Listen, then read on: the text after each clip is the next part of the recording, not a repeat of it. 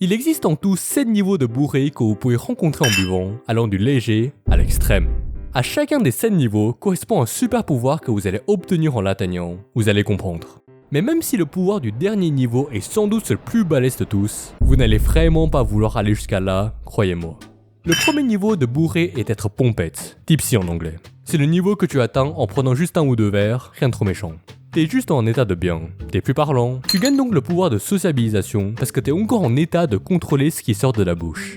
Le deuxième niveau est d'être ivre. Tu commences à voir les objets en différentes couleurs, en plus clair et en plus saturé. Tu gagnes ici le pouvoir de l'imagination. Tu t'imagines pouvoir draguer toutes les filles du bar sans problème, mais il te manque encore un peu d'alcool dans le sang pour vraiment passer à l'action. Le troisième niveau est d'être bourré.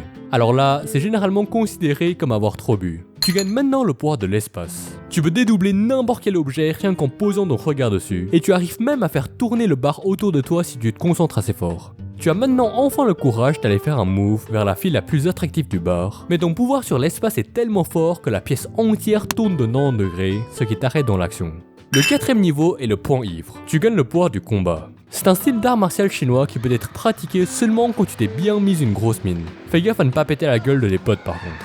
Le cinquième niveau est d'être déchaîné. Là t'es plus dans le bien. Tu te promets que tu ne boiras plus jamais autant, que tu ne referas plus jamais ce que t'as fait pour te mettre dans l'état actuel.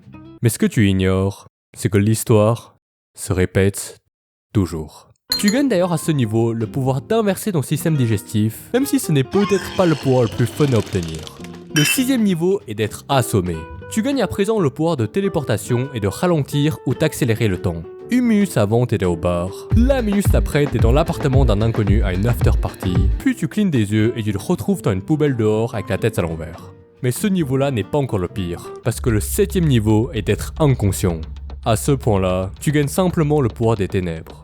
Tu invoques l'obscurité, tout devient soudainement tout noir, et l'histoire s'arrête absolument pas là. Parce que ce que je vous ai caché depuis le début, c'est qu'il n'existe pas seulement 7 niveaux de bourrée, mais il y a en fait encore un 8ème niveau caché. Et ce 8ème niveau est le lendemain de Quit. Tu ne gagnes aucun pouvoir, mais rien que du regret. Comme on le dit dans le milieu, boire de l'alcool n'est rien d'autre que d'emprunter du bonheur du lendemain. Tu sens tellement un vide en toi que tu te promets que tu ne boiras plus jamais, jusqu'à la prochaine fois quand tu vas boire.